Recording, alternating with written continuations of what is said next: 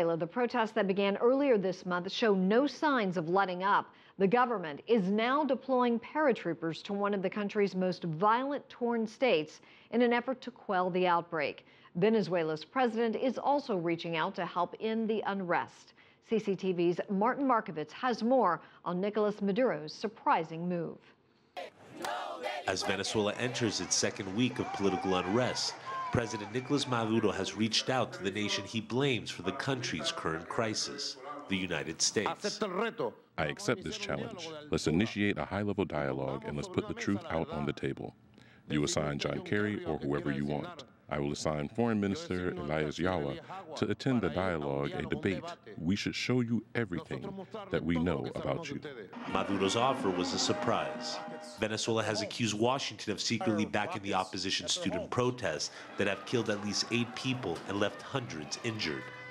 Earlier this week, the Venezuelan president expelled 3 U.S. diplomats for meeting with opposition student leaders. For the past 15 years, Maduro and his predecessor, Hugo Chavez, repeatedly accused the United States of trying to overthrow their socialist governments. Maduro even said that Washington was behind the high inflation and widespread shortages of basic goods that helped kickstart this current political unrest.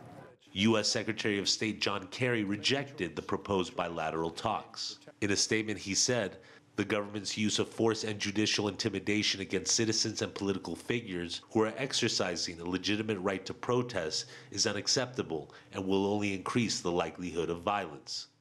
But has the violence just been from the government? Last night, after both sides held demonstrations, opposition protesters tried to block the country's main highway. They started fires and threw objects at security forces. The National Guard responded with tear gas and rubber bullets.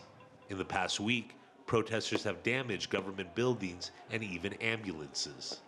Opposition leaders maintain that the majority of demonstrators are peaceful. They say that armed motorcycle gangs tied to President Maduro have instigated the violence.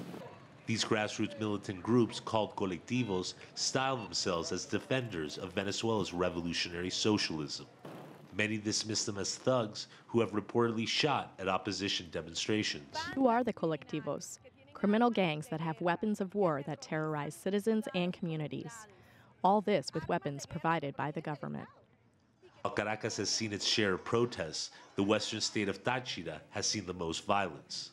The protesters who now control parts of the state capital, San Cristobal, are unlikely to walk away peacefully when the paratroopers arrive on Maduro's orders, a decision that could very well escalate the violence before ending it. Martin Markovits, CCTV, Caracas.